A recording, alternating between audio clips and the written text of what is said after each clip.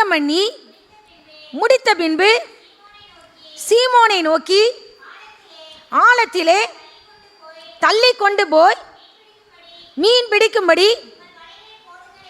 ஹல்லேலூயா. இவன் அதுக்கு முன்னாடி ஏதாச்சும் சொன்னானா? இல்லை, ஆண்டவர் சொல்கிறாரு, எப்பா பேதுரு ஆழத்தில் தள்ளி கொண்டு போய் வலைகளை போடுங்கப்பான்னு சொல்கிறாரு. இன்னும் இவன் சொன்னானா, ஆண்டவரே நான் நைட்டு போல அவராக சொல்கிறாரு. எல்லாம் தெரியும்ப்பா ஆண்டவருக்கு.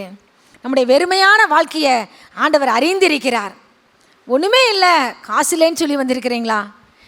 ஏதோ ஒரு சூழ்நிலையில் வெறுமையை உணர்ந்து வந்திருக்கிறீங்களா? அன்பு இல்லாமல் கடன் பார சுமையால் நெருக்கப்பட்ட சூழ்நிலையில் வந்திருக்கிறீங்களா? உங்கள் வெறுமைகளை நிரப்புகிற கர்த்தர், எல்லாவற்றால் நிரப்புகிற கர்த்தர், அவர் வானத்தையும் பூமி நிரப்புகிற கர்த்தர் நம் மத்தியில் உலாவிக் கொண்டிருக்கிறார். அவர் பேரை நிரப்புகிறவர். உங்களை நிரப்புவார்ப்பா. இல்லாதவைகளை இருக்கிறவைகளை போல் அழைக்கிற தெய்வம். இன்னும் ஆழத்துக்கு போகணும். அதுக்கு அவன் என்ன சொன்னான் பாப்பா? வாசி. அதற்கு சீமோன், ஐயரே, ரா முழுவதும் நாங்கள் பிரயாசப்பட்டும் ஒன்றும் அகப்படவில்லை. ஆகிலும் உம்முடைய வார்த்தையின்படியே ஆண்டவரே, இப்போ நான் உங்களை சொல்கிறபடி கேட்டு உங்கள் வார்த்தையின்படி வலையை போடுறேன் ஆண்டவரே. ஆண்டவருடைய வார்த்தையின்படி